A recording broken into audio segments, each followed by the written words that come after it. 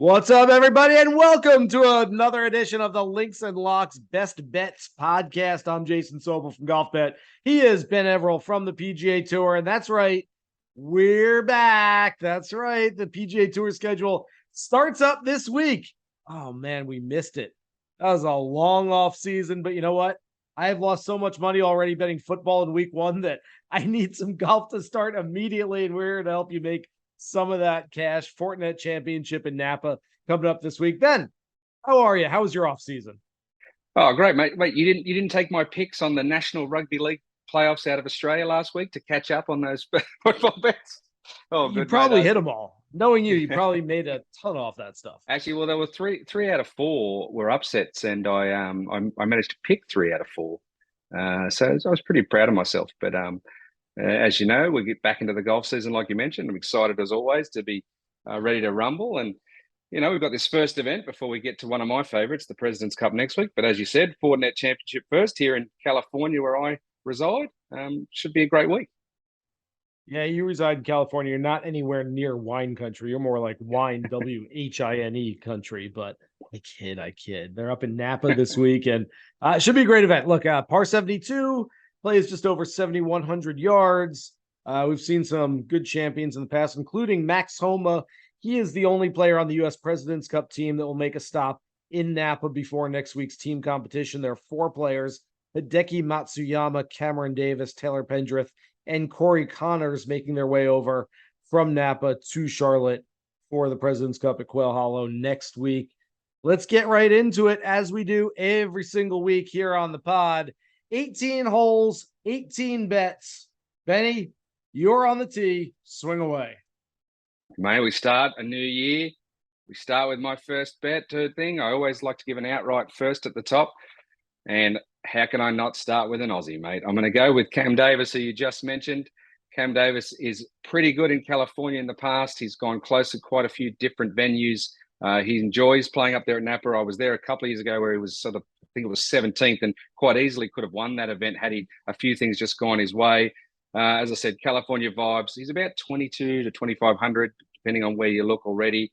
And more importantly, he's super, super confident now after getting that pick and call up to the President's Cup team. He's in a great headspace. He's excited to go.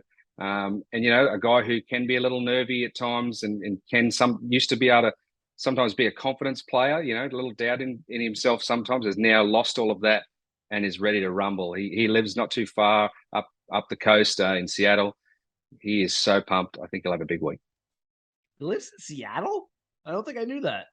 Up in the Washington area. It's where his lovely young wife is from, and they're up there. Look, he spends time out and about all over the place. But yeah, that's where he's been settled for the past few years. And look, he is, as I said, he's just in a great headspace. It was a huge, huge confidence builder for him to go into those meetings. He knew of his pick before the public did. They went on a secret scouting mission, the international team, and he talked to me after that and was like, just on cloud nine. Adam Scott and the others just stood there and talked to him directly and said how good they thought he was and what he could contribute. And it's really lifted his spirits.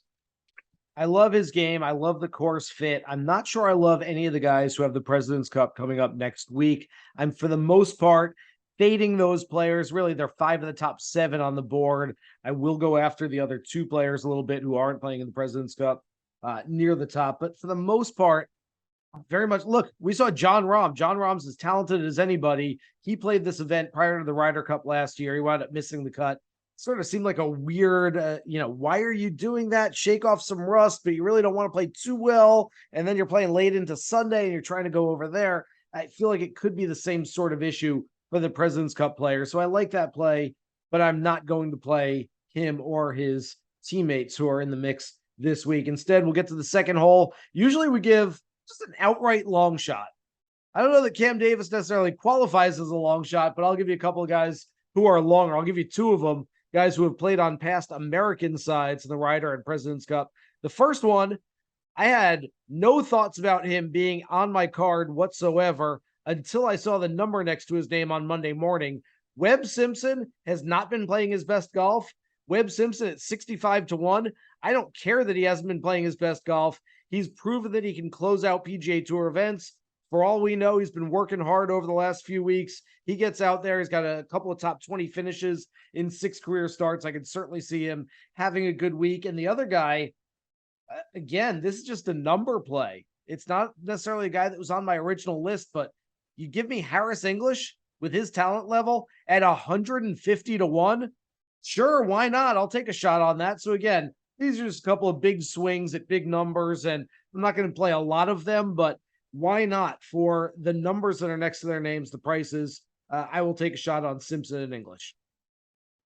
Yeah, like I mean, and just to get to your earlier point on the guys in the P Cup and maybe having their mind ahead of the game, it's 100% valid point. As I said, there are 2 guys you'll hear me talk about. You've heard one that I think that can still be considered plays. I mentioned Davis just because I think that the boost in what he's got going will help him. But you're right. Like I originally looked at Homer and thought, oh, he's no brainer for a top 5, top 10. And then I did remember back to John Rahm, as you mentioned. Now, I don't think Max Homer is going to necessarily turn it up a little bit like Rahm did. But that little factor that he's got the week after to prove himself might just seem be a little bit off. And you don't have to be much off, as you know, to fall down leaderboards on the PGA Tour. I want to get to some long shots later. I've got a few that I'm going to throw at the people, but I'm going to go to my top 5 play because it's kind of a long shot as well.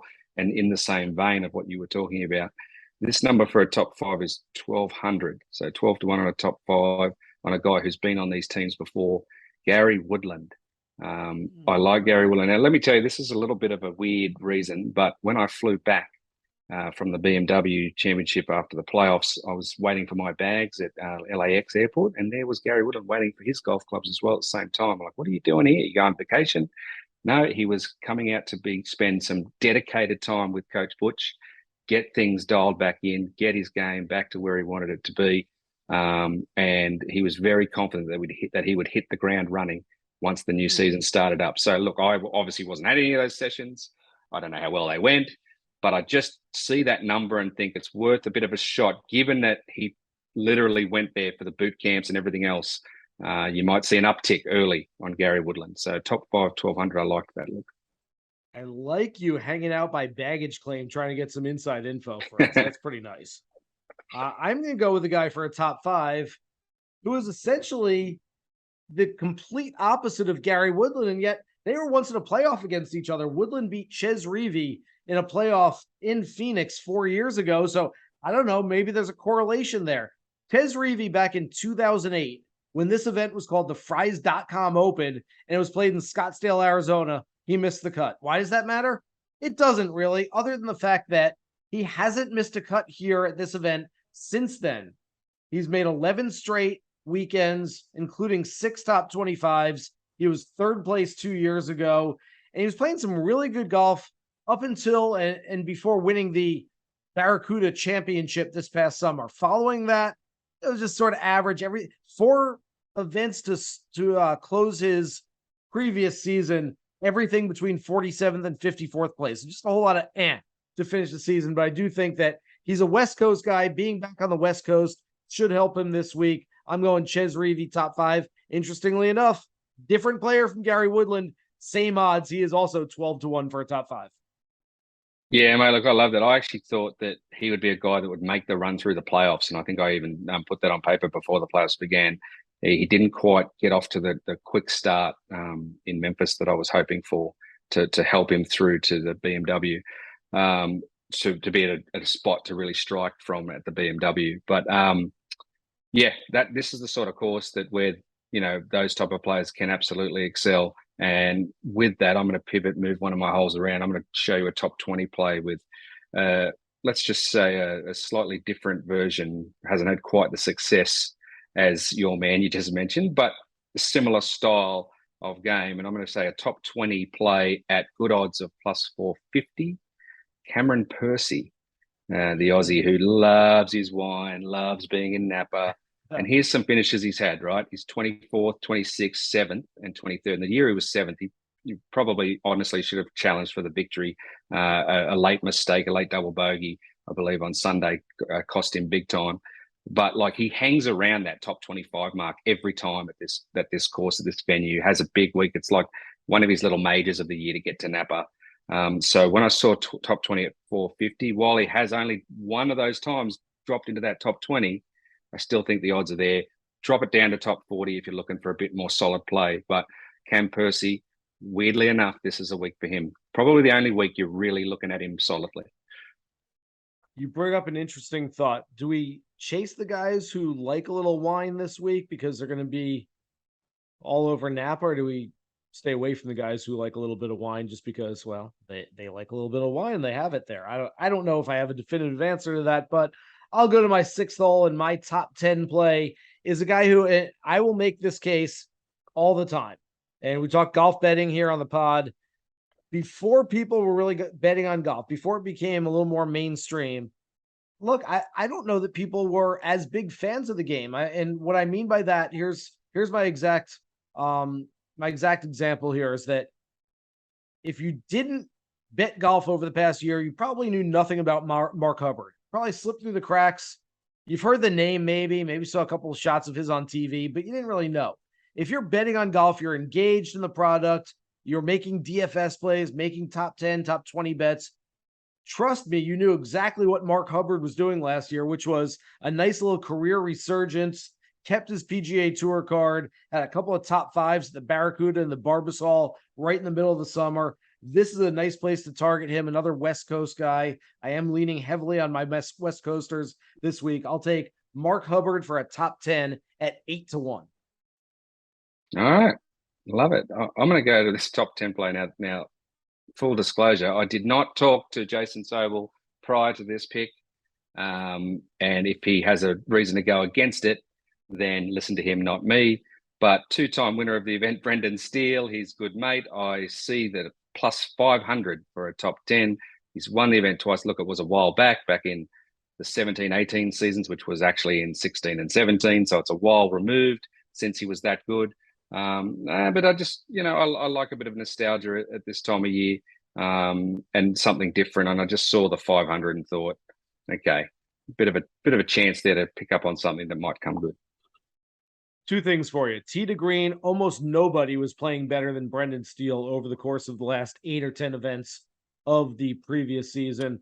The second part of this is that I'm not sure there's another player who's such a horse as Brendan Steele. He seems like he makes at least half of his money, if not more, at about 6 courses on a regular basis. This, of course, is one of them. He's played really well here in the past, not just those 2 wins, but even the year before those 2 wins, he was the 54-hole leader and coulda, shoulda, woulda won that one as well. So yes, this one, look, it's all about the putter for him because the tee to green game is there. Getting him on familiar greens where he's got some confidence, that's a big plus. So yes, I do like Steely this week. Then to the 8th hole, I'm going to play a top 20 on Chris Kirk, who just, quite frankly, is undervalued in the marketplace. He was a little bit all or nothing in the previous season. In 2022 so far, this calendar year, he's got 9 finishes of 50th or worse. That includes missed cuts, but he's got 7 finishes of 17th or better. So there is this little bit of a differential between his ceiling and his floor. I'm going after the ceiling this week. Look, if you've played top 20s on Chris Kirk throughout the year, you'd been up a pretty good percentage through now. So I'm going to play him as a top 20, like I said, plus 250 this week. All right, close out the front 9 for us, Benny. All right, I'll close at the front with one more crack at the last crack at a President's Cup scenario player. But I'm going to go the first round leader option. And I want to go to Taylor Pendrith, the Canadian, 40-1 to be the first round leader. He's only played at this event once before, did finish in the top 40. Again, I'm going to go off the competence factor, the fact that he's excited. It's almost certain that he'll be paired with his mate Corey Connors this week, who is likely to be at least one of his partners in the President's Cup. They're best mates. They're having a good time. They're feeding off each other. I think Pendrith, the way he sort of closed the season, has the ability. His irons have been essentially getting better and better and better as the time's gone on. I think he can go out with a good start potentially if he's in the morning wave, and 40-1 was a nice odds. I like that play. I like Taylor Pendrith a lot. Moving forward, he's a very, very talented player. I think he can win on the PGA Tour this season. All right, we make the turn now. Quick dog and a drink. and we get to the 10th tee. I'm up, and this one is just an overall sprinkle. You want to place a little outright, fine. You want to go a little top 5, top 10, top 20, DFS, whatever you want to do with Justin Suh. I'm in favor of it this week. Justin Suh he was sort of the fourth Beatle. He was the guy who a couple of years ago, back in the summer of 2019, he was the guy standing next to Colin Morikawa and Victor Hovland and Matthew Wolff in all those photo ops because they all turned pro together at the same time. Those three, instant rise to superstardom, and they haven't come down since. Justin Suh has taken a little while. That said, if you haven't paid attention to what he's done recently, it's been really good. Not only did he win the Korn Ferry Tour Championship, he's finished the top 15 of 8 of his last 10 Korn Ferry starts. The guy is rolling right now. Like most of my picks so far, you can sense a theme. There's a little narrative. He is another West Coast guy, and I think West Coast guys should have a little advantage this week. At 65 to 1 outright, I don't mind a little sprinkle there, but I would play him up and down the board, Justin Suh. Mate, you forced me to move a hole, but I'll come out there with the 11th in with one of my long shots, if you will, Justin Suh. I think that the fact he is a California kid is a big difference. I think that there's always players that come out of the KFT finals and play with some momentum. But when it comes to the new season, I think he's a candidate for that. The only reason really that he probably didn't have the trajectory that the others did is I think it was a wrist injury or a hand injury at some point early in his career when others were making moves that sort of put him behind the 8 ball, but that's long gone now. Yeah, look, that was one of the many long shots I'd put down here. So I'm going to say that Justin Suh is definitely worth a look across the board this week. Yeah, absolutely. All right, we get to the 12th hole, and look, not every bet we make is going to be an aggressive bet. Not every bet's going to be a long shot. Not every bet is going to make you millions of dollars. Sometimes we have to give you a nice conservative one. Look, first week of the season, let's build up the bankroll. I'm going to help you build up that bankroll by giving you an absolute lock. Andrew Putnam for a top 40. It's even money. Look, I said, it's not going to be a big payday here. That said, he has finished inside the top 40 in each of his last 3 starts at the Fortinet Championship. In each of his last 4 starts on the PGA Tour, he's been 27th or better. That's a nice convergence, exactly what we're looking for. If you want to get a little more aggressive with your Putnam bets, I'm okay with that. But like I said, top 40 should be a smash play at even money this week.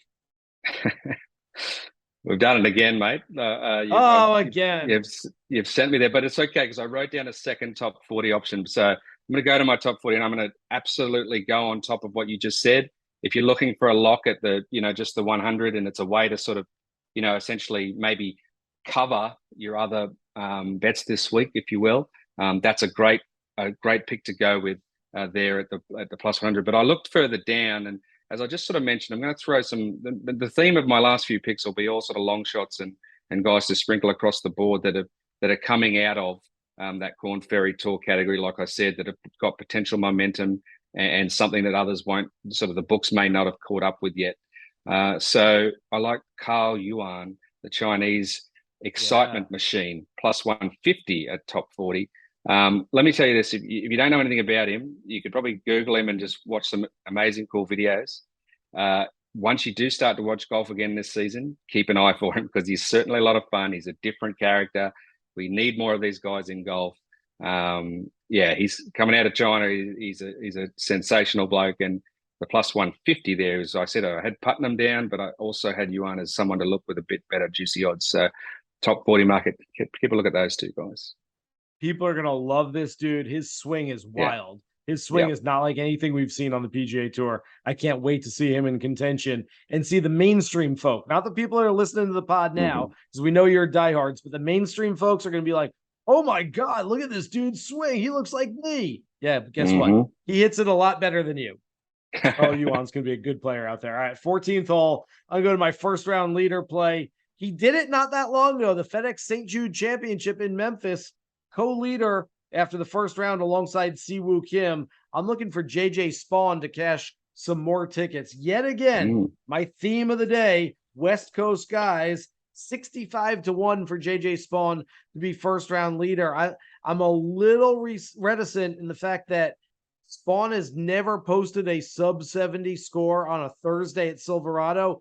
That said, 5 of his other 11 rounds have been in the 60s. And so we know he can post a number. Hasn't done it on a Thursday yet. I think he's saving it all up for this year. He seems like a different player, a lot more confidence now since winning the Valero Texas Open back in May. And so I think that he's a guy that we can target for at least first round leader bets, if not for full 4-round bets.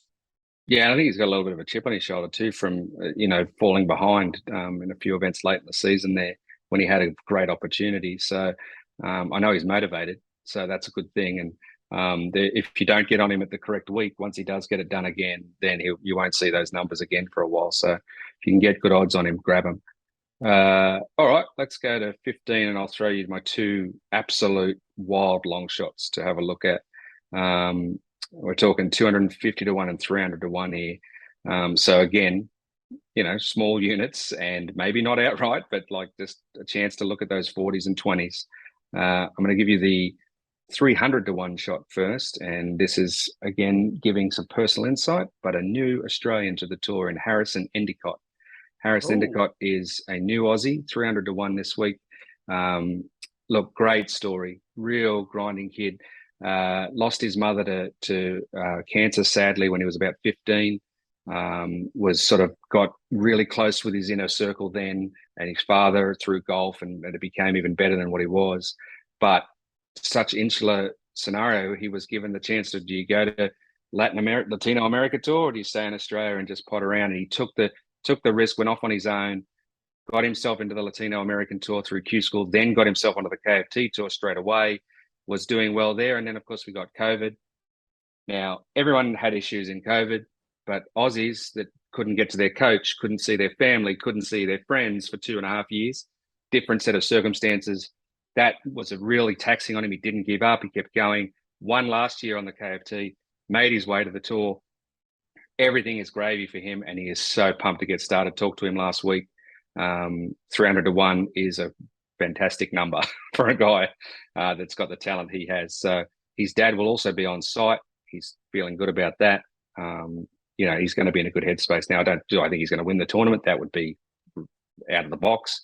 But if you want to look at someone at big odds in 40s, make cuts, matchups, etc., Harris Endicott is your man. Your other one is more well known, and might be a surprise to many that he was even coming back from the Corn Ferry Tour, but a number of 250 to 1 for a guy who was in the last President's Cup. Ben Arn, is playing this week, a return. Another guy who was humbled by the fact that he went down after like 5 years from being a rookie. He was mainstay on the tour, had a poor year 2 years ago, got sent back to KFT, won there early, had a runner-up, looked himself in the mirror. He loves a good time, but he realised, I've actually got to try at golf. I can't just use my natural skill. Former US amateur winner, of course. Buckled down, took it seriously when he needed to, still has his personality of fun, but makes sure he gets the work done when he needs to. And 250 to 1, Ben Arn, huge odds for someone of that talent. I think he's going to have a nice year. I love the Endicott story. I'm going to be watching that guy. I can't wait to read some of your stuff. I know you're going to be writing about him as well. All right, 16th hole at DraftKings. They've got a bet out there, a prop bet. The winner to come from the final pairing or not. You're laughing at me, Benny. Did we hit it again? We've been doing this too much lately. Did it all last year. We've done it a couple times already. This one where we don't talk to each other about this. We say that all the time on the spot. We do not talk before we turn the lights on and before we start recording, and we wind up hitting with the same stuff. You're laughing already. The winner to be in the final pairing, I'm taking no at plus 175. Feels like a big number. Only 2 of the last 7 winners have come from the final pairing. That was Cameron Champ and Kevin Tway a few years ago. This is one where we see a bunch of 65s on Sunday. Chase guys down. Max Homa did it last year. Stuart Sink did it the previous year. It happens at Silverado. I'm betting on it to happen again. And Benny, judging by the look on your face, I'm guessing you might be betting on the same thing, huh? Well, no, I just laugh because I'm running out of holes and I had to get rid of one of my notes that I was going to throw out there. And literally the last thing I crossed out to not put in, because I've only got one hole left, was that exact bet. You know, it just seems like better odds than you usually get for that scenario. I mean, I haven't paid close attention to that market, to be fair, but it jumped off the page at me that was the case, because absolutely Silverado can lend itself to a guy flying up the leaderboard. I mean, Max Homa, would he be the same player he is right now had he not holed out from 98 yards on the final day for an eagle to continue his run up the leaderboard and win that tournament last year? I mean, that was a springboard shot and a springboard final round to some huge, huge things for Max over the last 12 months. So yeah, I just laughed because I did put a star around it and thought that's an option to bring up. Didn't put it out there, but it's funny how our minds work sometimes, and we find the same things. No, because my last hole, my 17th hole, is my outright pick, my best pick here. I wonder if we're going to be the same on this one as well. Well, I'm stealing from your West Coast vibe, so I don't know whether that is the case. I'm also I love a good story, and I love a good revenge story. I love a good revenge story, so it might be different to yours. I like the guy who shoulda, coulda, woulda won it last year, if not for Max Homa's big finish. Runner-up, MCNEALY. I'm going to throw him out there for you. So I think he's between 20 and 30 to 1, depending on where you look. He doesn't have necessarily, form anywhere else or whatever in a run of things. But what I do know is he is like a 17 times better player when he's on the West Coast and when he's in California. And I feel like he'll feel like he has unfinished business. I know he learned a ton from how it all went down last year. He likes the course. He's most likely in a good frame of mind. I think that he can put himself up there again. So I'm going to see if we can't see MCNEALY, the California kid, get some revenge this year. Everything you said leading up to that pick made me think you were stealing the same player that I have here, because it is a West Coast guy. There is a little bit of a revenge narrative, although not at this specific tournament. He is in that same range on the board. He actually opened at 35 to 1 in some books, and that quickly went down to 28 to 1, and might be even shorter by the time some people are listening to this podcast.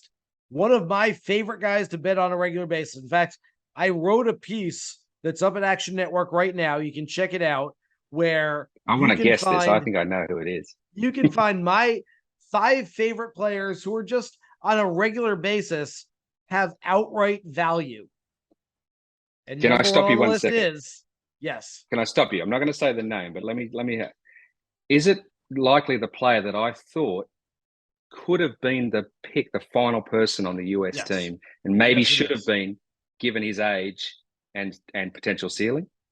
And that's where I was going with the revenge narrative. That yes, not necessarily did SAHITH THEEGALA stake a claim to the 12th spot on the U.S. President's Cup team, but very much like Scotty Scheffler was put on the Ryder Cup team a year ago, it would have made some sense. Nobody has a problem with Kevin Kisner, but you could have seen it happening. He didn't make that team. If SAHITH needs a little more inspiration, a little more motivation to prove himself, he's got it this week. I love the number. I love the number on a regular basis. Trust me, guys. Jump on the bandwagon while you can, because this number will not be available in these types of fields for much longer for this guy. He is just that good. I see a Scotty Scheffler-like emergence for SAHITH THEEGALA happening this year. Doesn't mean he's going to win the Masters. Doesn't mean he's going to be player of the year, but I think he wins multiple times on the PGA Tour. He's going to win soon. You don't want to miss out. Jump on SAHITH while you can. And yes, he's got that West Coast vibe going for him as well. That's the 18th hole. We've played them all, guys. We're going to go to the 19th hole, but we're going to leave you before we do. Thanks to everybody out there for listening to this edition of the Best Bets pod here on the Links and Locks podcast. Remember, you can find us anywhere you find your favorite podcast. Download, subscribe, rate, and listen every single week of the PGA Tour season. We're back, finally, here for the next 11 months. For Ben Everill, I'm Jason Sobel. Good luck with all your bets for the Fortinet Championship. Here's hoping you hit the green.